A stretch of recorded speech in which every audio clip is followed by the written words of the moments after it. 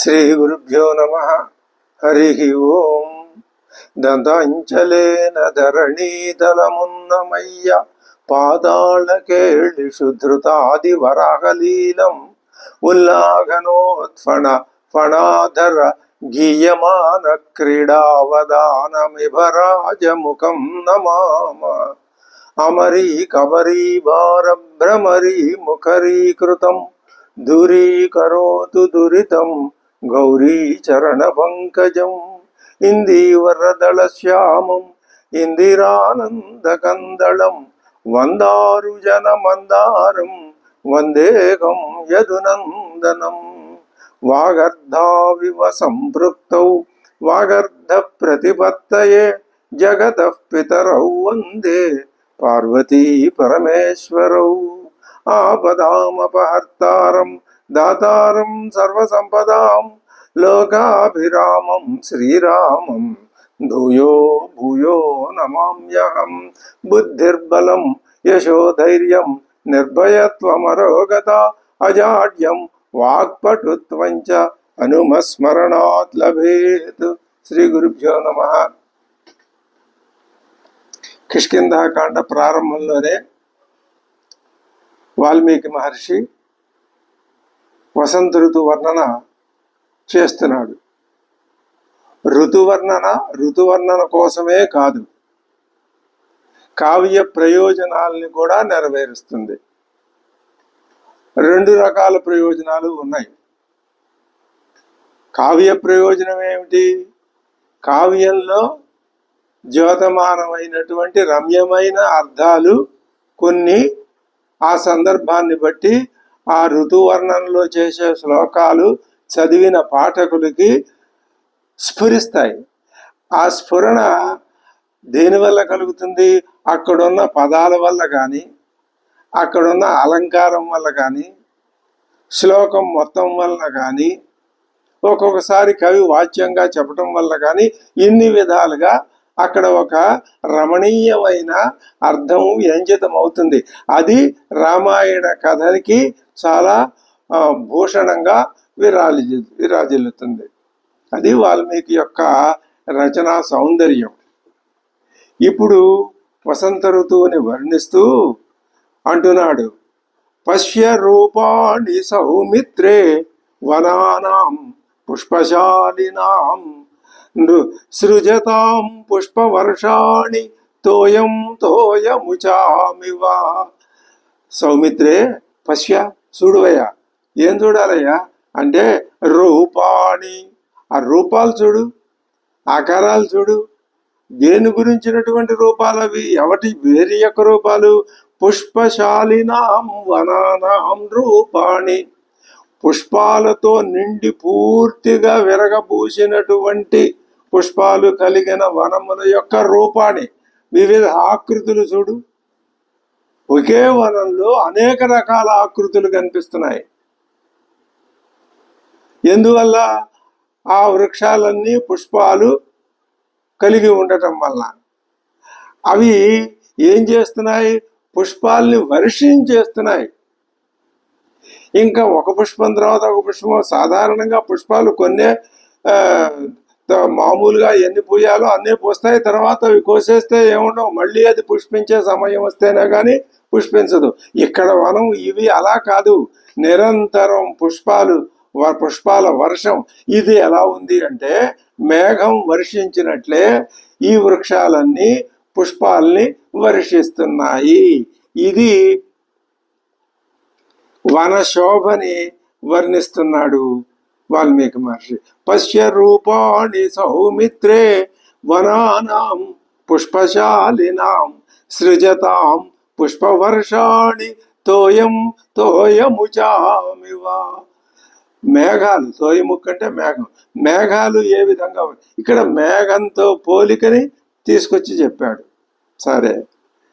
ప్రస్తరేషు చ రమ్యేషు వివిధాః కాననద్రుమాః వాయువేగ ప్రచలితాః పుష్పైరవకిరంతి గాం. ఇంకా అదే పుష్పాలను గురించి చెప్తున్నాడు. అయితే ఈసారి ఈ పుష్పాలు వృక్షాలు పుష్పాలని వర్షించే ఆ వర్ష శబ్దం మేఘ ఆ పోలిక అవి ఆ శ్లోకానికి పరిమితమైనవి. ఇక్కడ ఇంకొక నూతన విషయాన్ని తీసుకొస్తున్నాడు మహాకవి. ఇదేమిటి అంటే వాయువేగ ప్రచలితా. ఇందాక మేఘాల వలె ఇప్పుడు సరాసరి వాయువే వచ్చి ఈ వృక్షాల్ని ప్రచలితం చేస్తున్నది, కదిలించి వేస్తున్నది. వాయువు యొక్క సహజ స్వభావం అది వీస్తూ ఉంటుంది. ఎక్కడ ఏ విధమైన ప్రభావం పడి ఆ ప్రభావం వేటి మీద పడిందో అది ఏ విధంగా మనకు కనపడుతుందో అది ఆ వాయువుకి సంబంధం లేని విషయం. బాగుంది. ఇప్పుడు ఇవి ఏం చేస్తుంది? వాయువు తన యొక్క వేగంచో ఆ పుష్పవృక్షాలని ప్రచలితం చేస్తుంటే అవి ఏం చేస్తున్నాయి? ఆ గాలికి ఆ వృక్షాలు పుష్పై అవకిరంతి పుష్పాలని కురిపించేస్తున్నాయి. ఈ వాయువు వచ్చి వాటిని తాగేసరికి పుష్పాలు కురిపిస్తున్నాయి. చెట్లు ఎక్కడ కురిపిస్తున్నాయి? ప్రస్తరేషు చరమ్యేషు రాతి నేలల మీద పుష్పాలని కురిపిస్తున్నాయి. ఆ రాతి నేలల మీద అంతా వ్యాపించినటువంటి ఆ భూమి ఎలా ఉన్నది? రాతి నేల ఎలా ఉన్నది అంటే వివిధములైనటువంటి ఆ పువ్వుల చేత కింద రాలని పువ్వుల చేత అలంకరింపబడి రమ్యంగా ఉన్నది. దీనికి మూల కారణం వాయువు. ఇక్కడ మొదలుపెట్టి కనీసం 5-6 శ్లోకాలకి పైనే వాయువు కారణంగా పుష్పాలు ఏ విధంగా రాలుతున్నాయో, పుష్ప వృక్షాలు ఏ విధంగా దాన్ని అక్కడ చూపించవలసినటువంటి విషయాలను అవి చూపిస్తున్నాయో 5-6 శ్లోకాల్లో వాయువునే ప్రధానమైనటువంటి ప్రేరకంగా భావించి చెప్తున్నాడు. ఈ వాయు శబ్దం చేత వాయువుని కొన్ని శ్లోకాల్లో వరుసనే వాయువు యొక్క ప్రభావాన్ని వర్ణించటం, హృదయంగమంగా వర్ణించటం చేత మనకి ఒక విషయం స్పష్టంగా స్ఫురణకి వస్తున్నది. ఏమిటది? వాయుపుత్రుడు హనుమంతుడు. ఆ వాయు ప్రభావం ఇక్కడ ప్రకృతిలో ఎలా ఉంటుందో చూపిస్తున్నాడు, ధ్వనింపజేస్తున్నాడు మహాకవి. ఆ వాయుపుత్రుడైన హనుమంతుని యొక్క రాకని, హనుమంతుడు వచ్చిన దగ్గర నుంచి కథా విధానం ఏ విధంగా మారుతుంది, ఎంత శుభప్రదంగా ఉంటుంది అనే విషయాన్ని చూపించటమే, ముందు వ్యంజింప చెయ్యటమే మహాకవి యొక్క లక్ష్యం. అదే చెప్తున్నాడు. ప్రస్తరేషు చరమ్యేషు రమ్యములైనటువంటి రాతి నేలల మీద వివిధాహ కానన ద్రుమా అనేకములైనటువంటి ఆ అడవి చెట్లు ఏం చేస్తున్నాయి? అడవి చెట్లు దేని ప్రభావానికి గురి అయినాయి? వాయువేగ ప్రచలితా. వాయువేగం చేత చెలింపు చేయబడి పుష్పై అవకిరంతిగాన్ ఆ నేలనంతటిని అవకిరంతి పుష్పాలు రాల్చేసి నేలని పుష్పాలతో నింపేస్తున్నాయి. అంటే అర్థం ఏమిటనమాట? నేల మీద పుష్పాలు నిండిపోయి ఉన్నాయి అని చెప్పవచ్చు, గామ్మని చెప్పాడు. కానీ అక్కడ పైన ప్రస్తరేషు రమ్యేషు రమ్యములైన రాళ్ల మీద రాళ్ళు రమ్యంగా ఉండటం ఏమిటి అంటే,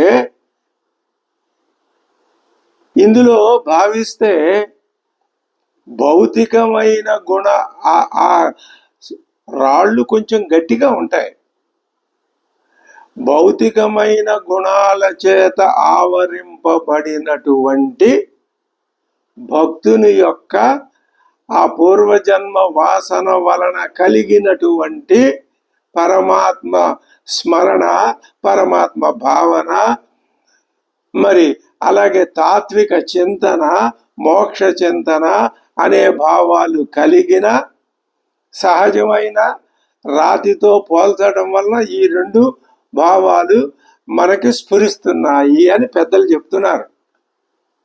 ప్రస్తరేషు రమ్యేషు చ వివిధా కానన ద్రుమాః వాయువేగ ప్రచలితా వాయు వేగం. ఇక్కడ వాయువు ధర్మం, వాయువు ఎందుకు వచ్చిందయ్యా అంటే ఈ పూలను రాల్చడానికే వచ్చిందా? కాదు. వాయువు యొక్క ధర్మం ఏమిటి అంటే అది వీస్తూ ఉండటమే దాని ధర్మం. అది దాని ధర్మం. అది ఏం చేస్తుంది అంటే ఇక్కడ ఆ వాయువు యొక్క ధర్మాల్ని రకరకాలుగా వర్ణించి చెప్పాడు. అలాగే పరమాత్మ యొక్క ధర్మాలు కూడా, పరమాత్మకు కూడా కొన్ని ధర్మాలు ఉన్నాయి. కొన్ని ధర్మాలు, పరమాత్మది ఒకటే ధర్మం, తనకి తాను నిశ్చలంగా వ్యాపించి ఉండటం. ఇది పరమాత్మ ధర్మం. పరమాత్మగానే భావిస్తే కాదు, అవతార స్వరూపంగా భావిస్తే కథలోకి వస్తాం. అది అలా ఉంచాలి.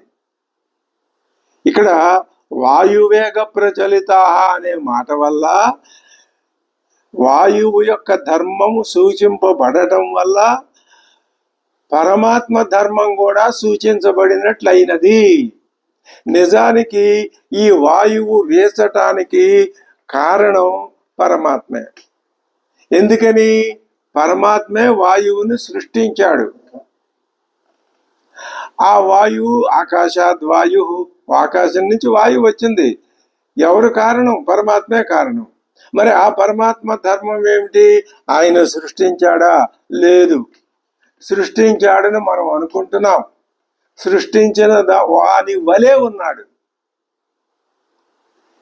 ఇది చాలా గమ్మత్తైన విషయం. ఆ పరమాత్మ ధర్మం తన పాటికి తాను నిశ్చలంగా సర్వవ్యాపకంగా ఉండటం. అదే పరమాత్మ ధర్మాన్ని గ్రహించి వాయువు దీని ధర్మం ఏమిటి అంటే వాయుదేవుడి ధర్మం వేసటం. వాయుదేవుడు తన ధర్మాన్ని తాను నిర్వహిస్తున్నాడు. ఈ వాయుదేవుడు తన ధర్మాన్ని తాను నిర్వహిస్తున్నాడనే మాట ద్వారా వాయుపుత్రుడైనటువంటి హనుమంతుడు కూడా తన ధర్మాన్ని తాను నిర్వహిస్తున్నాడు. తాను భక్తుడు, శ్రీరామ భక్తుడు. మరి ఇక్కడ ఆచార్య స్వరూపుడు అని పెద్దలందరూ చెప్పారు. గురుత్వ భావాన్ని వహించిన వాడు, తాను చేయవలసిన ఎక్కడెక్కడ ఏ సందర్భంలో తాను ఏ ధర్మాన్ని నిర్వహించాలో ఆ ధర్మాన్ని ఆయన చక్కగా విద్యుక్త ప్రకారంగా నిర్వహించుతాడు, నిర్వహించే స్వభావం కలవాడు అని కూడా మనం అర్థం చేసుకోవచ్చు. అది అంటే రాతి గుండె కలవాళ్ల మీద కూడా దయతో జ్ఞానం కురిపించేటటువంటి మహాత్ముల స్వభావం. ఎవరా మహాత్ముడు? ఆంజనేయుడు. ఇది వాయువుకి ఆంజనేయుడికి మధ్యలో ఉన్న ఆ సంబంధం ద్వారా మనం భావన చేస్తున్నాము. ప్రస్తరేషు చ రమ్యేషు వివిధ కాననద్రుమాక వాయువేగ ప్రచలితా పుష్పైరవకిరంతిగాం. పుష్పముల చేత అవకిరంతి, పుష్పాలతో పరిచేసిన ఈ నేలని. ఇంకా పతనై పతమానైశ్చ పాదపస్థైశ్చ మారుతః కుసుమై పశ్య సౌమిత్రే క్రీడన్నివ సమంతతః.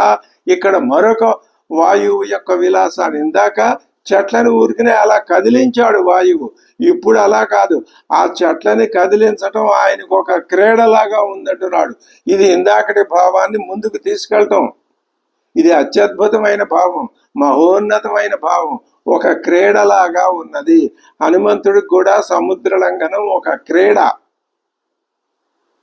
ఏమిటి ఇక్కడ వాయువు చేస్తున్న క్రీడ? ఎవరితో? వృక్షాలతో. ఎలాగా? పతితైహి పడిపోయినాయి, కొన్ని పతమానైహి పడుతూ ఉన్నాయి, కొన్ని అక్కడే ఉన్నాయి. ఈ పడినవి కావాలి, పడినవి కొన్ని అయిపోయినాయి, కొన్ని పడుతూ ఉన్నాయి. ఈ పడుతూ ఉన్నవి పడినవి అయితే వీటి స్థానాన్ని భర్తీ చేయడానికి వృక్షాన్ని ఆశ్రయించుకున్న ఉన్న పుష్పాలు పతమానైహి స్థితికి వస్తాయి. అవి అక్కడ స్థిరంగా ఉన్నాయి. ఇవి పడేవి కింద పడేదాకా అవి కదలవు. ఇవి కిందకు వస్తే అవి వాటి స్థానంలోకి వస్తాయి, వీటి స్థానంలో మరికొన్ని వస్తాయి. ఈ విధంగా ఏం చేస్తున్నాడు ఆయన? పతితై పతమానైశ్చ పాదపస్థైశ్చ, కొన్ని పాదపస్థంగా ఉన్నాయి. 3 దశలు వర్ణిస్తున్నాడు. అద్భుతం. కొన్ని పాదపస్థాలు, కొన్ని పతమానాలు, కొన్ని పతితాలు పడిపోయినవి. ఈ 3 రకాలుగా పుష్పాల్ని తయారు చేయటం చేత మారుతగా వాయువు కుసుమైహి అటువంటి పువ్వుల చేత పశ్య సౌమిత్రే క్రీడన్ నివసమంతత మొత్తం పంపా సరోవరం చుట్టుపక్కల వృక్షాలు, ఎత్తైన పర్వతాల మీద వృక్షాలు, మామూలుగా గట్టు మీద ఉన్న వృక్షాలు, నేల మీద ఉన్న వృక్షాలు అన్ని అసలు ఎంత దూరం చూసినా పుష్ప సమన్వితమైన వృక్ష దృశ్యమే తప్ప మరొక దృశ్యం లేదు. ఆ దృశ్యంలో కూడా చెట్లను ఉన్న పువ్వులు, పడుతూ ఉన్న పువ్వులు, పడిన పువ్వులు, ఈ విధంగా ఒక ఆట ఆయన క్రీడన్ నివసమంతత మారుతమేమో గాని బహుశా ఈ మాట అంటూ ఉంటే శ్రీరామచంద్రుడు హృదయంలో తాను అమ్మవారితో ఈ విధమైన సరస సల్లాపాలు ఆడుతూ పువ్వులు అమ్మవారికి సమర్పించటం కానీ, అమ్మవారు కోసుకురమ్మన్న పువ్వులు కోసుకు రావటం కానీ, ఇలాంటి దంపతుల మధ్య సహజమైనటువంటి ఈ పుష్ప పరివర్తనం అనేటటువంటి క్రీడ ఆయన మనస్సుకి, ఇది ఎవరి ద్వారా? మారుతం ద్వారా ఆయన మనస్సుకి వచ్చి ఉండవచ్చును. ఇలాగా నేల మీద పడినవి, పడుతూ ఉన్నవి, పడనున్నవి అయిన పూలన్నింటిలో గాలి క్రీడిస్తున్నది అని అనటం చేత మనకి ఇంకొక భావం, హనుమంతుడు గురువు, ఈ 2 భావాల్ని మనం విడిచిపెట్టడానికి వీలు లేదు. మీకు ఎక్కడైనా ఈ భావాలు వస్తాయి, వచ్చేటటువంటి అవకాశం అక్కడ శ్లోకంలో ఉంది కాబట్టే భావన చేస్తాం. లేని చోట ఎవరు భావన ఏం చేస్తారు? అది సరసమైన పద్ధతి కాదు. ఏం చేస్తున్నాడు ఇప్పుడు? సకల గురువుల్ని ప్రేరణ చెయ్యటం అనే లీలతో విలసిల్లే సర్వాంతర్యామి సూచింపబడుతున్నాడు. ఆ మాట మనం భావించాం. సర్వాంతర్యామి అన్నింటిలోనూ ఉండి అన్నింటినీ యమయతి నియమిస్తాడు. ఈ సృష్టి మొత్తం ఆయన వ్యాపించి ఉన్నాడు. వ్యాపించి ప్రతి వస్తువులోనూ, అణువులోనూ, పర్వతాలు, నదులు, సమస్తం పరమాత్మ తత్వం లేని ప్రదేశం అణు మాత్రం కూడా లేదు. ఆయన నాలో కూడా ఉన్నాడండి. ఉన్నాడనే కదా చెప్పేది. ఆ భావంతోటే కదా మనం రామాయణ అధ్యయనం ప్రారంభించేది. అయితే మరి ఉంటే నాకు కనపడ్డేమండి? నీకెలా కనపడతాడయ్యా? నిన్ను నువ్వు చూసుకోగలవా? ఇది ఒక ప్రశ్న. నాకు పరమాత్మ ఎందుకు కనపడ్డు? బయట ఉంటే కనపడి తీరాలి. సరే, మరి అంతటా వ్యాపించి ఉన్నాడు అన్నప్పుడు అంతటా చూసే శక్తి నా కళ్ళకి లేదని నేను ఒప్పుకోవాలి. అది ఒప్పుకున్నాం. మరి ఇప్పుడు మీరేమంటున్నారు? నీలోను కూడా ఉన్నాడు అంటున్నారు. నీలో ఉన్న అణువులోనూ ఉన్నాడు అంటున్నారు. నీ కనుల కేనేషితం పతతి ప్రేషితం మనః కేన ప్రాణ ప్రథమ ప్రైతియుక్త. నువ్వు ఈ కళ్ళు ఎవరి చేత నియమింపబడి చూస్తున్నాయి? ఈ ముక్కులు ఎవరి చేత నియమింపబడి వాసన చూస్తున్నాయి? ఈ ప్రాణం ఎవరి చేత నియమింపబడి పని చేస్తున్నది? ఈ చెవులు ఎవరి చేత నియమింపబడి తమ పని తాము చేస్తున్నాయి? వీటన్నింటి వెనక ఉన్నటువంటి ఏదో ఒక శక్తి ఉండాలి అని అడిగేటటువంటి శిష్యుడికి అనిపించి అడుగుతున్నాడు. అనిపించలేదనుకోండి, అడగడు. అనిపించకపోని హృదయానికి కనీసం పరమాత్మ జ్ఞానం అనే వాసన లేదని అర్థం. అది ఎప్పటికో కలుగుతుంది, అది వేరే సంగతి. ఆ శిష్యుడికి ఆ ఉద్దేశం కలిగింది. ఎందుకు కలిగింది అంటే, ఏదో ఒక శక్తి లేనిదే రథం ఉంది. ఆ రథం అలా పెట్టుంది. దానికి ఆ గుర్రాలను తీసుకొచ్చి కట్టి మనిషి కూర్చుని ఆ రథాన్ని తోలితే అది కదులుతుంది తప్ప లేకపోతే కదలటం లేదు కదా. ఒక యంత్రం, ఒక కారు లాంటిది, ఒక బస్సు లాంటిది. అలాగే వీటి అంతటా అవి పని చేయాలి అంటే పనిచేసే విధానం వాటిల్లో లేదు. ఆ శక్తి వాటికి లేదు. ఏదో వెనక ఉండి వాటిని ప్రోత్సహిస్తున్నది ఆ శక్తి ఏది అని, అది అన్ని భూతాల్లోనూ తాను లోపల ఉండి యమయతి నియమిస్తున్నది. అదే పరమాత్మ శక్తి. ఈ విధంగా వాయువు తాను పరమాత్మ అవతారం ఎత్తి ఆ వృక్షాలకున్న వృక్షస్థములు పతమానములు పతితములు అయిన పువ్వులు ఈ విధంగా నడిపిస్తూ ఉంటే, దశల వారీగా నడిపిస్తుంటే, ఈ సృష్టిని అంతటిని నడిపిస్తున్నటువంటి పరమాత్మ యొక్క ఆ చైదం మనకి గుర్తు వస్తున్నది అని పెద్దలు ఇక్కడ విశేష వ్యాఖ్య చేసి చెప్పారు. అదే చెప్తున్నాడు, పతితైః పతమానైశ్చ పదపస్థైశ్చ మారుతః కుసుమైః పశ్య సౌమిత్రే క్రీడన్నివ సమంతతః. సమంతతః మొత్తం అంతటా కూడా ఆటలాడుతున్నట్టుగా మనకి కనిపిస్తున్నది. అది ఒక విలాసం కింద కనిపిస్తున్నది. అది అనుభూతి చూసి కేవలం కళ్ళు కేవలం అక్కడున్న దృశ్యాన్ని చూపించి అందజేసి అది ఏదో ఒక అంతటితో ఆ కళ్ళ పని అయిపోయిందని కాదు. ఆ కళ్ళు ఆ దృశ్యాన్ని చూపిస్తాయి, కానీ భావన చేసే హృదయం ఉండాలి. అదే సహృదయత అంటే. ఆ సహృదయమైనటువంటి భావనాపూరితమైన ఆ హృదయం ఉంటే ఇలాంటి భావన చెయ్యాలి. దీనివల్ల ఇంతకుముందు మనం ఇదే విషయాన్ని అనేక వర్ణనల సందర్భంలో, లేకపోతే కైకమ్మ ఒకనొక దీక్షగా మాట్లాడుతూ తాను కొన్ని శ్లోకాలు వరుసనే చెప్పినప్పుడు ఆమె మాటలన్నింటిలో, విశ్వామిత్రుడి మాటలన్నింటిలో ఎవ్వరు మాట్లాడినా వారి మాటలు, ఆ సంభాషణలో వారు చెప్పిన ఆ సమాధానంలో మనకి పరమాత్మ ఆ లోపల ఉండి ఆ జవాబుని నియమిస్తున్నట్లుగా మనం ఆ భావన కలిగి తీరుతుంది. అల్లా కలిగించటమే రామాయణం యొక్క ప్రముఖ ప్రయోజనం. అప్పుడు మనకి ఆ రామాయణం చదివేటప్పుడు అటువంటి ప్రేరణ లభించింది కాబట్టి ఆ ప్రేరణ ఆధారంగా మనం ఏం చేస్తాము, సృష్టిలో కనిపించినటువంటి ఆ స్తంభం దగ్గర నుంచి ఏనుగు దాకా మొత్తం అన్ని మన దృష్టి పథంలోకి వస్తాయి.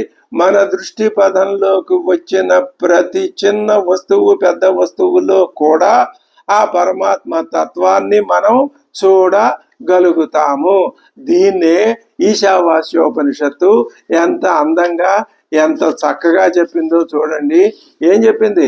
ఈశావాస్యమిదగుం సర్వం యత్కించ జగత్యాం జగత్.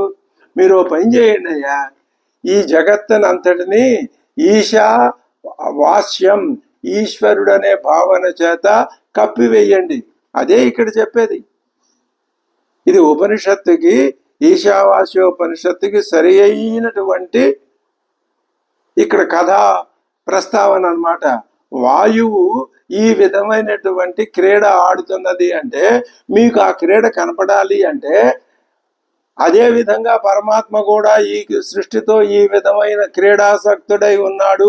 ఆ క్రీడ మనం చూడాలి అంటే మనం ఏం చేయాలి? ఈ సర్వాన్ని యత్కించ జగత్యాం జగతు, ఒక్క చిన్న పిసరంత కూడా విడిచిపెట్టకుండా జగత్ అంతటిని ఈశ్వరుడు అనే దృష్టితో చూడండి. చూస్తే మీకు అంతా ఆ ఉన్న వస్తువు మీ దృష్టిలో పడదు. మీకు కనిపించిన మానవుడు, ముక్కు చెవులు కళ్ళు, అందరు మానవులు ఒకే రకమైన ఆకారాలు. ఆ కనిపించిన ప్రతి ఆకారంలో పరమాత్మని చూడగలగటం అనే దృష్టిని అలవర్చుకోవాలి, సాధన చెయ్యాలి. అందుకు ఇక్కడ వసంత ఋతు వర్ణన మనకి అర్థమవుతున్నది. దాన్నే ఈశావాస్యమిదగం సర్వం యత్కించ జగత్యాం జగతు. అందుకని ఇంకొక చిన్న మార్గం కూడా సూచిస్తున్నది ఉపనిషత్తు. ఏముంటున్నది? తేన త్యక్తేన భుంజీధా. అది మాకు సాధ్యం కావట్లేదండి. ఆ ఎదటి వస్తువునో మనిషినో దేన్నో చూసినప్పుడు అది ఆ మనిషిని చూస్తే ఏవో కొన్ని విషయాలు గుర్తొస్తున్నాయి. అందుకని నువ్వు ఓ పని చేయి, త్యక్తేన త్యాగభావంతో ఈ సమస్త సృష్టిని చూడు, అనుభవించు. అనుభవించటం అంటే భోగించమనే అర్థం కాదు. నువ్వు నీ జీవితాన్ని గడుపుకో. ఏ భావంతో? త్యాగభావంతో. అప్పుడేమవుతుంది? ఆ వస్తువుని నువ్వు ఏ యథార్థ దృష్టితో చూడాలో అది నీకు అలవాటు అవుతుంది. అంతేగాని నువ్వు గనక నీ దృష్టిని పురుషార్థాలు ధర్మార్థ కామ మోక్షాల మీదకు పోనిచ్చి అర్థము కామము దాని నుంచి నువ్వు ఆశిస్తే నీకేదో ప్రయోజనం కోసమే నువ్వు చూడటం అనే దృష్టి నీకు ఏర్పడుతుంది. ఇప్పుడు ప్రయోజన రహితంగా చూడు, పరమాత్మ అనే దృష్టితో చూడు, ప్రయోజన సహితమైన దృష్టితో చూడకు. ఎంత అద్భుతమైనటువంటి విశేషాన్ని వివరించింది ఈశావాస్యం. అలా చూడు. నువ్వు చూస్తే ఏమవుతుంది, ఇంకా నీకు పురుషార్థాల మీద ధర్మం అర్థం, అందులోనూ ముఖ్యంగా అర్థకామాలు. కస్యస్విద్ ధనం, ధనం అంటే అర్థకామాలే, ప్రయోజనం ధనం, అర్థం కామం. ఈ అర్థకామాల మీద నీ దృష్టి ఉండదు. అవి ఎవరివయ్యా, వదిలేవయ్యా. ఈ అర్థకామాల మీద నీకు దృష్టి ఉన్నంత కాలం పైకి చెప్తూ ఉంటావే గాని మాటలు డొల్లించి నీ దృష్టి నిజంగా మోక్షం మీదకి వెళ్ళదు. అది ఆ విధంగా తిట్టిపోస్తుంది ఉపనిషత్తు. అప్పుడు భయపడి మనం ఏం చేయాలి, నిజమైన మోక్షేచ్ఛ ఉన్నట్లయితే ఈ దృష్టిని అలవర్చుకోవాలి. అందుకే మనం రామాయణ అధ్యయనం చేస్తున్నాము. అది ఇంకా ఎలా చేయాలండి, అది ఆలోచన చెప్పడం అయితే బాగానే ఉంది, మీరు ఏదో చెప్పారు, కానీ దాన్ని ఇంకొంచెం వివరించి చెప్తున్నాడు అదే ఉపనిషత్తు. అదేం చెప్తోంది, ఎవడైతే సర్వాణి భూతాని ఆత్మన్యేవ, అది నేనే, ఇది నేనే, అంతా నేనే. సముద్రం ఏమనుకుంటుంది, అలా ఎక్కడుంది, దాని మొహం నేనే, నా స్వరూపమే జలం. సముద్రం అంటోంది జలం అంటే నేనే. ఆ తరంగం, దాని పేరే నామరూపాలు తేడా అంతే, అది జలమే, నేనే అది. అలాగా ప్రతిదాన్ని, ప్రతి వస్తువుని యస్తు సర్వాణి భూతాని ఆత్మన్యేవ అనుపశ్యతి, తనలోనే తాను. ఇందాక చెప్పిన ఈశావాస్యం అనేటటువంటి ఆ సాధన మార్గానికి కొంచెం వివరణ చెప్తున్నారు ఉపనిషత్ మహర్షి చెప్తున్నాడు, ఈశావాస్యకర్త. యస్తు సర్వాణి భూతాని ఆత్మన్యేవ అనుపశ్యతి. ఇంకా ఏం చేయాలి, అన్ని భూతాల్ని తనలో చూడు, తనని అన్ని భూతాల్లో చూడు. అన్ని భూతాల్లో నన్ను నేను ఎలా అది అది కష్టసాధ్యమైన విషయం. ఎన్నో జన్మల నుంచి వచ్చినటువంటి సుకృత భావనల పోగులు ఉంటేనే తప్ప, లేకపోతే అది అనుభవంలోకి రాదు. రాకపోయినందువల్ల బాధపడాల్సి, ఏడుస్తూ కూర్చోవాల్సిన అవసరం లేదు. కనీసం ఆ మాటలు చెప్పుకుంటున్నాం కదా, మాటలు చెప్పుకోగా అది మనమే అయిపోతాంగా. కాబట్టి ఇదే సాధన విధానం. ఇంకొక మార్గం చెప్పారు, దీన్నే మళ్ళీ చెప్తున్నారు, చెప్పిన దాన్నే మళ్ళీ. యస్మిన్ సర్వాణి భూతాని ఆత్మైవ అభూత్ విజానత. తెలిసినటువంటి జ్ఞాని అయిన వాడు తనలో, ఎవరిలో అయితే అన్ని భూతాలు తన స్వరూపంగానే అయిపోతాయో, ఇంకా అప్పుడు కో మోహ కశోక ఏకత్వం అనుపశ్యత. అద్భుతమైన విషయం. నువ్వు అన్నింట్లో ఏకత్వాన్ని చూడవయ్యా, అనేకత్వాన్ని చూస్తే ఇంతే ఈ లోకమే. ఇది రామాయణ సాధకులుగా ఇక్కడ ఈ వసంత ఋతు వర్ణనలో వాల్మీకి మహర్షి వాయువుని ఒక్క వాయువుతో ఇన్ని రకాల కార్యక్రమాలు నిర్వహిస్తూ చెప్తున్నాడు. కాబట్టి ఈ పరమాత్మని ఆయన వ్యంజింపజేస్తున్నాడు. వాయువు పరమాత్మ అని కాదు, వాయువు పరమాత్మే, కాందే ఉంది. పరమాత్మ కాంది సృష్టిలో ఏదీ లేదు, అసలు ఉన్నదే పరమాత్మ. నా మాటలు నేను, మొత్తం అంతా నేను నాది అనేది లేదు, ఉన్నదే పరమాత్మ. ఈ భావన నిరంతరం ఉంటే అదే అదృష్టం. అదే చెప్తున్నారు, పతితైః పతమానైశ్చ పాదపస్థైశ్చ మారుత కుసుమైః పశ్య సౌమిత్రే క్రీడన్నివ సమంతత. అది ఈ విధంగా ప్రేరణ చేయటంలో సర్వాంతర్యామి, ఆ పరమాత్మ యొక్క అంతర్యామి అనే లక్షణాన్ని ఈ వాయువుని వర్ణించి దీని ద్వారా దాన్ని మీరు భావించండి అని వాల్మీకి మనకి సూచన చేస్తున్నాడు. ఇక్కడికి వాయువుని 2 శ్లోకాల్లో వాయువు యొక్క ఆ భిన్న పాత్రల్ని చెప్పాడు. మరొక శ్లోకంలో చెప్తున్నాడు, విక్షిపన్ వివిధాః శాఖాః నగానాం కుసుమోత్కజాః విక్షిపన్ కదిలించి వేటిని వివిధ శాఖాః అనేక కొమ్మలు ఉన్నాయి కదా వృక్షాలకి, ఈ వేటికి నగానాం శాఖాః నగముల యొక్క, నగం అంటే చెట్టు అని అర్థం, చెట్ల యొక్క కొమ్మల్ని విక్షిపన్ కదిలించి ఒక్కసారి ఇలా దులిపేసరికి అవి వేటితో నిండి ఉన్నాయి. కుసుమోత్కజాః కుసుమాలతో బాగా ఉత్కటంగా ఉన్నాయి. అసలు ఆకులు చెట్లు అన్ని పువ్వులే కనపడుతున్నాయి. అది వసంత ఋతువు కదా అది. అప్పుడు విక్షిపన్ కదిలించుచూ ఉండగా మారుతః చలి. అంతకు ముందు ఏం జరిగింది, ఇక్కడ పువ్వులు ఎక్కడైతే ఉంటాయో షట్పదాలు అక్కడ ఉంటాయి. ఇప్పుడు కొత్తగా ఇంకొక భావన వచ్చింది ఇప్పుడు ఈ వసంత ఋతు వర్ణంలోకి. షట్పదం అంటే తుమ్మెద. ఈ తుమ్మెదలు ఏం చేస్తాయి, వాటికి కావలసింది మకరందం. ఆ వివిధ పుష్పాల మీద ఉన్న మకరందాన్ని అవి ఏం చేస్తున్నాయి, తాగడానికి పుష్పాల మీద వాలే. అంతవరకు బాగుంది. ఈ గాలి కనుక ప్రవేశించకపోతే అవి ఒకటో ఆరో మకరంద బిందువుల్ని పీల్చుకొని లేచక్కపోతాయి, ఉండవు. కానీ అవి అలా వాలేయో లేదో ఈ వాయువు వచ్చి విక్షిపన్ వివిధ శాఖాః నగానాం కుసుమోత్కజాః మారుతః చలితస్థానైః షట్పదైః అనుగీయతే. తుమ్మిదలు ఏం చేసినాయి, పైకి లేచి ఆ వాయువు ఏం చేస్తోంది, శబ్దం చేసుకుంటూ వాటిని కదుపుతోంది. ఆ శబ్దం చెట్లు కొమ్మలు కదలటం వల్ల వచ్చిందా, వాయువు యొక్క ఆ ప్రయాణంలో వాయువు వేగంలో వచ్చిందా శబ్దం వస్తోంది. ఈ తుమ్మెదలు ఏం చేసినాయి, షట్పదై ఇవి కూడా స్వనం నినాదం చేసుకుంటూ నదిస్తూ, ఇవి కూడా తుమ్మెదలు కూడా జంకారం చేసుకుంటూ లేచాయి. ఆ వాయువు యొక్క నాదానికి ఈ తుమ్మెదల జంకారం అనునాదంగా మారిందట. ఇది అద్భుతమైన భావన చెప్తున్నాడు. విక్షిపన్ వివిధ శాఖ విరియబూసినటువంటి అనేక వివిధములైన చెట్ల కొమ్మలని విక్షిపన్ కదిలిస్తూ ఉండగా అక్కడ తమ స్థానాలైన పుష్పాల మీద వాలి ఉన్నాయి. వాటి నుంచి తుమ్మెదలు పైకి లేచి ఆ వాయువుతో అనుగీయతే గొంతు కలిపి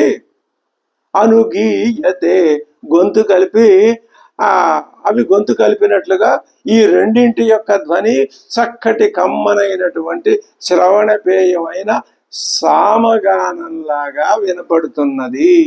ఈ సామగానం అనే మాట ఇక్కడికి అద్భుతమైనటువంటి ఉదాహరణకి తీసుకొచ్చారు. ఏమంటున్నాడు, పువ్వులు అధికంగా ఉన్న కొమ్మల్ని గాలి కదిలిస్తే ఆ కొమ్మల మీద ఆ పువ్వుల మీద కూర్చున్న తుమ్మెదలు పైకి లేచి గానం చేశాయి అని చెప్పటం చేత మనకి ఏం తెలుస్తోంది అంటే, జ్ఞాని త్వాత్మైవ మే మతం అని భగవానుడు గీతలో జ్ఞాన విజ్ఞాన యోగంలో ఏమన్నాడు, సర్వ ఏవైతే ఉదారా సర్వ ఏవైతే జ్ఞాని త్వాత్మైవ మే మతం. అన్నింటినీ సమన్వయం చేసుకుని అన్ని ఉదారములే, అన్ని అంగీకార యోగ్యములే అని చెప్తూ జ్ఞాని త్వాత్మైవ మే మతం, జ్ఞాని అయిన వాడు నా ఆత్మే అని మే మతం, నా యొక్క ఉద్దేశం అదే. ఆస్థిత సహి యుక్తాత్మ, అతడు ఆస్థిత ఉన్నాడు, యుక్తాత్ముడై మామేవా అనుత్తమాంగతిం, అనుత్తమమైన గతిలో నా వెంట వచ్చే ఉత్తమోత్తమైన గతిలో అతడు ఆస్థిత ఆ దారిలో ఉన్నాడు. ఎవరు, జ్ఞాని అని భగవానుడు చెప్పిన మాటల్ని ఈ సందర్భంగా మీరు గుర్తుకు చేసుకుంటే ఏమవుతుంది, జ్ఞానుల్లో భక్తి వర్ధిల్లటం కోసమే భగవంతుడు భూమి మీద అవతరించాడు అనే భావన అనుగీయతే అనే ఆ క్రియాపదం వల్ల కలుగుతున్నది. అదే చెప్తున్నాడు భృగువల్లిలో పెద్దలు గోవిందరాజీ ఇదే వ్యాఖ్యానం చేశారు. ఏమంటున్నారు? ఇమాన్ లోకాన్ కామాన్ని కామరూపి అనుసంచరన్ ఏతత్ సామ గాయన్ ఆస్తే ఆవు అని ఆ ఎవరు సాధకుడు భృగువల్లిలో ఏం చెప్పారు? భృగురు వైవారుని వరుణం పితరముపససార అధీహి భగవో బ్రహ్మేతి తస్మాయేతత్ ప్రోవాచ అన్నం బ్రహ్మేతి వ్యజానాత్ మనో బ్రహ్మేతి వ్యజానాత్ విజ్ఞానం బ్రహ్మేతి ఆనందో బ్రహ్మేతి తెలుసుకో అని తండ్రి కుమారుడికి ఆ తండ్రిని అడిగాడు. అధీహి భగవో నాకు బ్రహ్మ అంటే ఏమిటో చెప్పు అని అడిగితే ఆయనకి వరుణుడు భృగువుతో చెప్తున్నాడు. అది ఏమేం చెప్పాడు? అన్నం, ప్రాణం, మరి విజ్ఞానం, ఆనందం, మనస్సు, ఇవి వీటిని నువ్వు గనక ఇవే బ్రహ్మని చేరడానికి ఇవి సాధనాలు అని చెప్తే ఇవి బ్రహ్మ లక్షణం కూడా చెప్తూ ఏమిటి?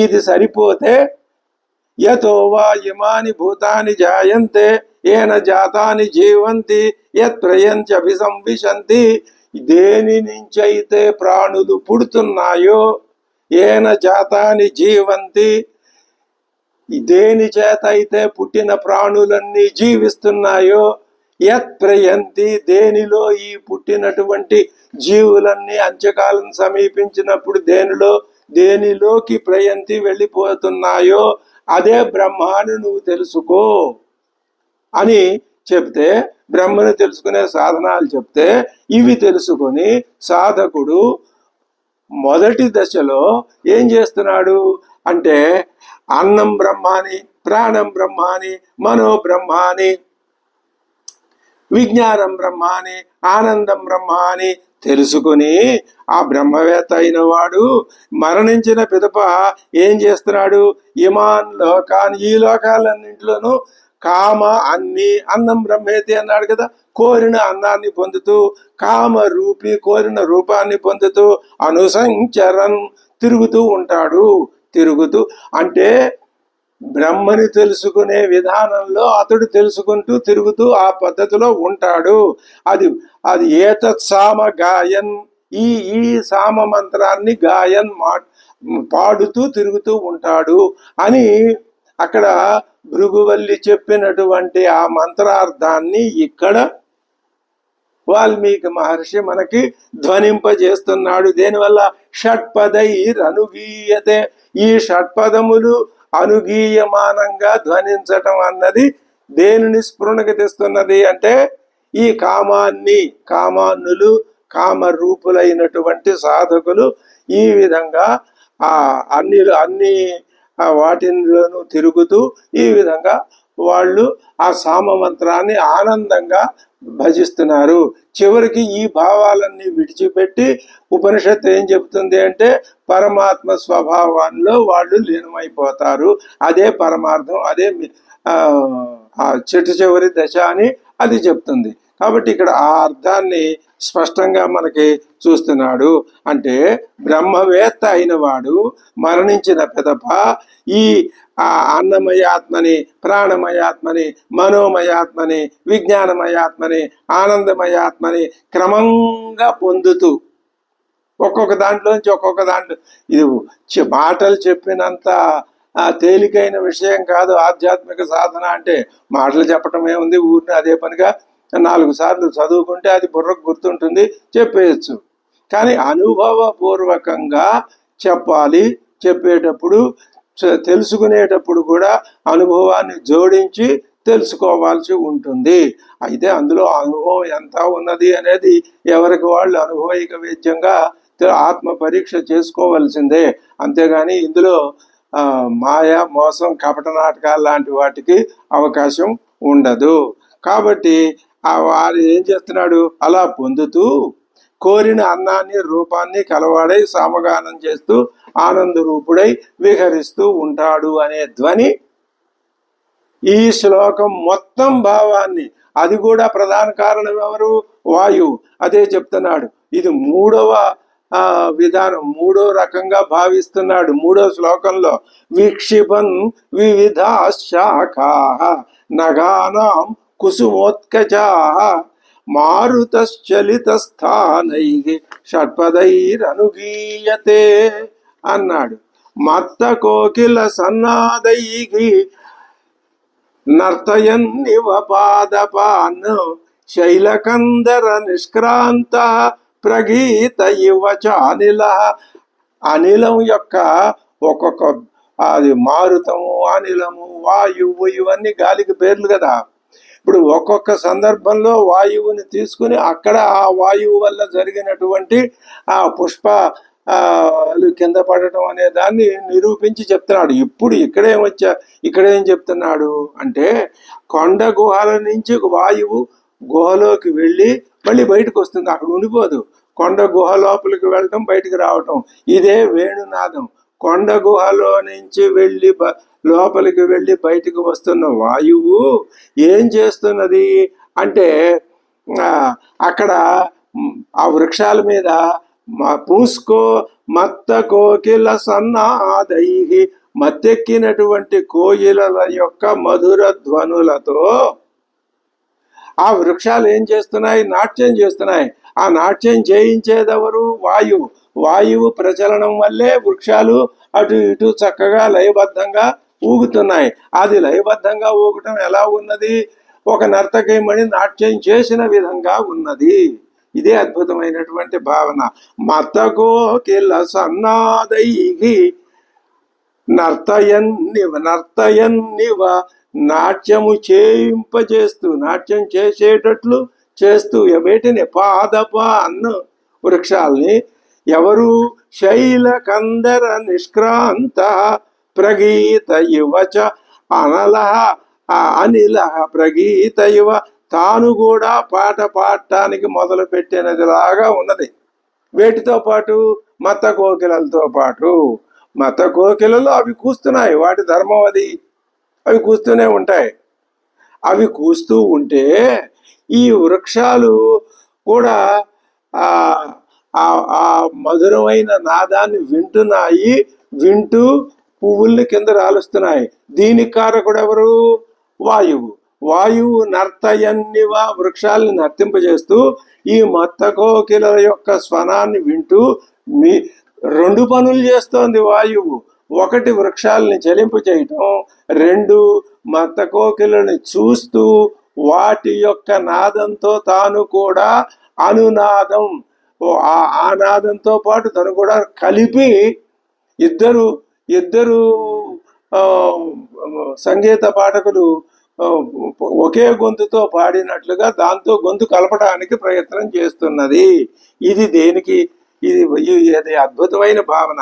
మత్త కోకిల సన్నాదై నర్తయన్నివ పాదపాన్ శైల. ఎవరు? ఏ స్థితిలో ఉన్న వాయువు?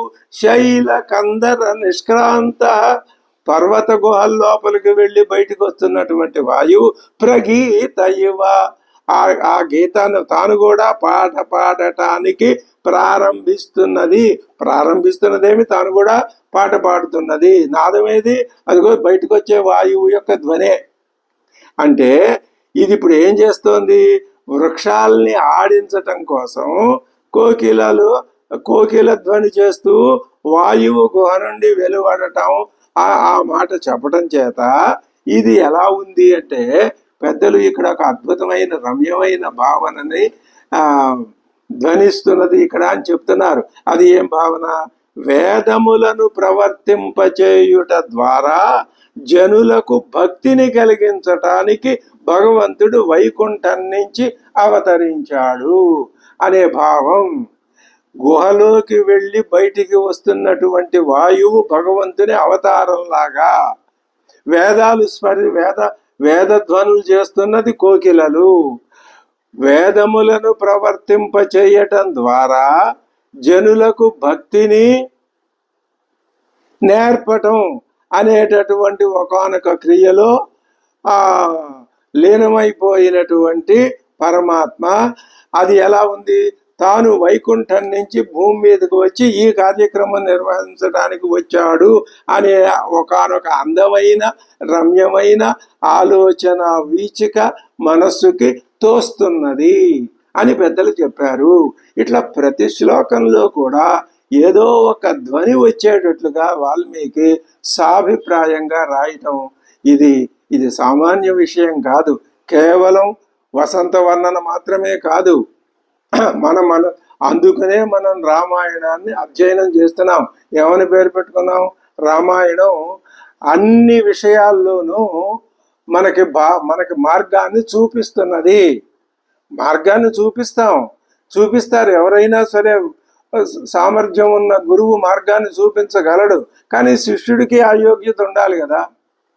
శిష్యుడు ఆ మార్గంలో నడవగలగాలి, నడిచే కాళ్ళు ఉండాలి, నడవటానికి నిర్ణయం ఉండాలి, ఆ నిర్ణయాన్ని కలిగించే బుద్ధి ఉండాలి. ఇన్ని రకాల సామగ్రి శిష్యుడిలో ఉంటే అప్పుడు గురువు యొక్క ఆ కృషి సార్థకం అవుతుంది. ఈ గురు శిష్యుల యొక్క ఈ కలిసిమెలిసి చేసినటువంటి పని మంచి ఫలితాన్ని ఇస్తుంది. మత్త కోకిల సన్నాదైకి నర్తయన్నివ పాదపాన్ శైలకందర నిష్క్రాంత ప్రగీత యువచ అనిల. ఇక్కడ కూడా వాయువు యొక్క ఒకానొక దశా విశేషాన్ని వివరించి చెప్పారు. దాంట్లో కూడా మనకు ఒక రమణీయమైన అర్థాన్ని అందులో ఇమిడించి బిగించి చెప్పారు. ఆ బిగించిన దాన్ని మనం విడదీసుకొని అర్థం చేసుకున్నాం. ఇది ఆనందం. కవి భావాన్ని సూటిగా వాచ్యంగా చెప్పడు. సూటిగా చెప్పేది ఏమిటి? కథ మాత్రమే కనుక మనం కథాపరంగా చేసుకుని వెళ్ళిపోవచ్చు. కాదు, అడుగడుక్కి ఆగి ఎందుకు ఈ మాట, మరీ ప్రతి మాటకి అట్లా అర్థాన్ని లాగటం అది వృధా ప్రయాస. అది కూడా పనికొచ్చే లక్షణం కాదు. ఎక్కడో నిక్షిప్తం అయి ఉంటుంది, అది కనిపెట్టుకోవాలి, అది తెలుసుకోవాలి. అది తెలుసుకున్న ఆనందాన్ని పొందాలి. ఈ ఆనందమే ఇందాక చెప్పినటువంటి ఆ భక్తులు ఆనందాన్ని పొందారు అనే విషయాన్ని మనకి భృగువల్లిలో ఉన్న ఆ మంత్రవర్ణాన్ని ఉదాహరించి చెప్పింది ఆ సాధనా మార్గంలో ఉన్నదే అని చెప్పాం. ఇప్పుడు ఇంకొక మాట చెప్తున్నారు. తేన విక్షిపత అత్యర్థం పవనేన సమంతత తేన పవనేన ఆ వాయువు చేత విక్షిపత అత్యర్థం బాగా వేగంగా ఆ కొమ్మల్ని విక్షిపిత అంటే ఊపివేస్తూ ఉండగా ఆ వాయువు ఆ విధంగా ఊపివేస్తూ ఉంటే అమి సంసక్త శాఖాగ్రాహ ఈ శాఖాగ్రములు ఉన్నాయే, చెట్ల కొమ్మల యొక్క అగ్రములు కొనలు, అవి ఏం చేస్తున్నాయి? సంసక్త. ఈ శాఖ యొక్క అగ్రం ఆ శాఖ యొక్క అగ్రం అది ఇలా వంగింది, ఇది ఇలా వంగింది, రెండు అక్కడ సంసక్తం కలుసుకుంటున్నాయి. సంసక్త శాఖాగ్ర గ్రథిత ఇవ ఆ రెండు కలిపి ఓ దండ కూర్చున్నట్టు ఇట్లా కొమ్మలు చిటారు కొమ్మల దగ్గర ఇట్లా కలుస్తూ ఉంటే ఆ కలవటం ఒక దండలాగా అన్ని వృక్షాలు అదే విధంగా ఒకసారి కలిస్తే ఒక పెద్ద మహాహారం. మళ్ళీ విడిపోతాయి, మళ్ళీ కలుస్తాయి. ఈ శాఖాగ్రాలన్నింటినీ కలిపేది విడదీసేది ఎవరు? వాయువు. అదే చెప్తున్నాడు. అతేన విక్షిపత అత్యర్థం పవనేన సమంతత అమి సంసక్త శాఖాగ్రా గ్రథిత ఇవ పాదపాహ. ఈ విధంగా వాయువు చేత గ్రథితములు గుచ్చబడే, గ్రథనం అంటే పువ్వుల్ని తీసుకొచ్చి ఒక దారం పట్టుకొచ్చి గుచ్చటం. ఈ చెట్ల కొమ్మలన్నింటినీ గుచ్చిపారేశాడు ఒక దండ కింద వాయువు. ఈ భావన చూస్తే ఏం కానుకుతున్నది అంటే భగవద్భక్తులు భాగవతులు అందరూ ఒక చోట సమావేశమైనటువంటి విధానం కలుగుతున్నదని పెద్దల యొక్క రసరమ్యమైన ధ్వని వ్యంజింపజేయబడిన ధ్వనిని ఇక్కడ ఆలోచించి మనకి అందించారు. ఏమిటది? వాయువశం చేత కొమ్మల కొనలు కలుసుకుంటున్నాయి అని చెప్పడం వల్ల ఏం జరుగుతుంది అంటే కొమ్మల కొనలు అంటే భగవద్భక్తులు. ఆ భగవద్భక్తులు భాగవతులు అందరూ ఇద్దరు ఒకటే, పరస్పరం అనురక్తులగుట. ఒకరి మీద ఒకరి వీళ్ళ పరస్పరానురక్తత్వానికి కారణం ఏమిటి? భగవద్భావన. మళ్ళీ ఇందులో కూడా భగవంతుడే. ఆ భగవంతుని మహిమే ఇక్కడ. భగవంతుడు చేసే అనేక మంది తన భక్తులందరినీ ఒక చోట గుదిగుచ్చినట్టుగా భగవంతుడు, అది భావం. ఇక్కడ పెద్దలు చెప్పిన రమ్యమైన భావం అది. పరమాత్మ తనని భావించేటటువంటి వారి యొక్క ఒకే విధమైన ఆలోచనలు గల వారి యొక్క గురు శిష్యులు అంతే. గురువు గారు కూర్చుంటాడు, చెప్తుంటాడు, శిష్యులు వింటూ ఉంటారు. ఇక్కడ గురువు శిష్యుడు అనే భేదం ఎందువల్ల? ఆయన చెప్తున్నాడు, వీళ్ళు వినటం వల్ల. రేపు తర్వాత వీళ్ళల్లో ఒకడు చెప్పొచ్చు, మళ్ళీ ఆయన ఇక్కడ కూర్చుని వినొచ్చు. అది కాదు ఇక్కడ ప్రధానం. మరి ఏమిటి ప్రధానం? చెప్పటం, అందరూ ఒక చోట చేరటం, చెప్పటం, చెప్పబడుతూ ఉన్న దాన్ని వినడం, ఈ క్రియ జరుగుతున్నది. ఇది దేని వల్ల జరుగుతున్నది? ప్రేరకం ఎవరు? అదే కేనేషితం పతతి ప్రేషితం మనః. ఖచ్చితంగా కేనోపనిషత్తు మొట్టమొదటి మంత్రవర్ణానికి విపులార్థం ఉంది. అసలు భగవద్భక్తుడైన వాడు, సాధకుడైన వాడు ఎన్ని అర్థాలైనా దాంట్లో చదవచ్చు. అదనమాట. కాబట్టి ఇప్పుడు పరమాత్మ ఏం చేస్తున్నాడు? భావసారూప్యం కలిగిన భక్తులందరినీ ఒక చోట సమావేశపరిచినట్లు అనే అర్థం ధ్వనిస్తున్నది. దేని నుంచి అంటే తేన విక్షిపత అత్యర్థం. కొంచెం బాగా ఎక్కువగా కదిలించడం వల్ల పవనేన సమంతత మొత్తం పర్వతాల మీద, భూమి మీద అంతటా కూడా ఎక్కడెక్కడైతే వృక్షాలు ఉన్నాయో, మహావృక్షాలు, పుష్పిత వృక్షాలు అంతటా కూడా అమి సంసక్త శాఖాగ్రధిత ఇవ. ఈ చెట్ల కొమ్మలన్నింటినీ ఒక దండలాగా గుచ్చేశారా? ఎవరు గుచ్చుతారయ్యా? ఇంకెవరు? వాయువు. ఓహో, భగవద్భక్తులంతా ఒక చోట సమావేశం అయ్యారన్నమాట అనే అర్థం మనస్సుకి స్ఫురిస్తటం. అది చక్కటి భావన విశేషం. అలాగే వాయువు యొక్క ఇంకొక చర్యని ఉటంకిస్తున్నారు. సయేష సుఖ సంస్పర్శో వాతి చందన శీతల గంధమభ్యావకన్ పుణ్యం శ్రమాపనయనో అనిల. శ్రమాపనయన, శ్రమని పోగొట్టేటటువంటి అనిలక వాయువు ఏం చేస్తున్నాడు? చందన శీతల. చందనం ఉత్తమ డూప్లికేట్ కాగా ఉత్తమమైన చందనం అది శరీరానికి, ముఖానికి పూసుకుంటే చల్లదనాన్ని ఇస్తుంది, బుద్ధి వికాసాన్ని కలిగిస్తుంది. అందుకనే శ్రీకృష్ణ పరమాత్మ చందన చర్చిత నీల కళేబరుడు అని వర్ణించటం జరిగినది. ఆ చందనం యొక్క ఉన్నత లక్షణాలు ప్రజలు, భక్తులందరూ గ్రహిస్తూ ఉంటారు. చక్కగా నూతుటన ఈ విధంగా పెట్టుకుంటూనే ఉంటారు. అది కూడా ఒక ఉత్ప్రేరక భావం. దేనికి? పరమాత్మ సాధనకి. అన్ని విషయాలు అనుకూలంగా ఉంటేనే ఈ భావన సాధన జరుగుతుంది తప్ప అన్ని విషయాలు వ్యతిరేకంగా ఉండి ఆ ఎటుపడితే అటు లాగి పారేసి అటువంటి స్థితిలో నువ్వు పరమాత్మ భావన చెయ్యి అంటే అది సాధ్యం కాదు. ఒకదానికొకటి తోడ్పడాలి. అన్నీ కలిసి సాధకుణ్ణి ముందుకి తెలియకుండానే ముందుకి తీసుకుని వెళ్ళాలి. అదే చెప్తున్నారు. సయేష సుఖ సంస్పర్శో వాతి వీచుచున్నాడు. ఎవరు?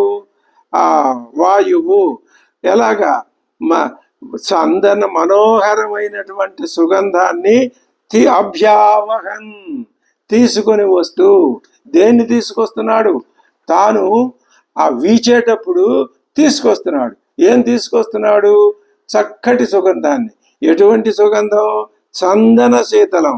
అంటే మనోహరమైనటువంటి సుగంధాన్ని కొని తీసుకొస్తూ గంధాన్ని మంచి గంధంలాగా చల్లగా ఉంది, అటువంటి గంధాన్ని వాసనని తీసుకొచ్చి ఎక్కడ ఆ పుణ్యం, ఆ వాయువు ఇంకా ఎలాంటిది, పుణ్యం అంటే పవిత్రమైనది.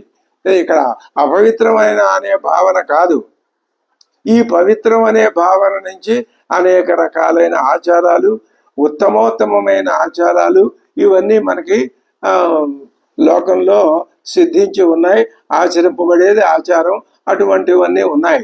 సరే, సందనంలాగా చల్లగా ఉండి మనోహరమైనటువంటి సుగంధాన్ని తీసుకొచ్చేటటువంటి తీసుకొస్తూ తాకుచునే శరీరానికి హాయినిచ్చేటటువంటి గాలి, అది శ్రమ అపనయన, అటువంటి సుగంధపూరితమైనటువంటి వాయువుని తీసుకురావడం వల్ల శ్రమ కాస్త పోతున్నది.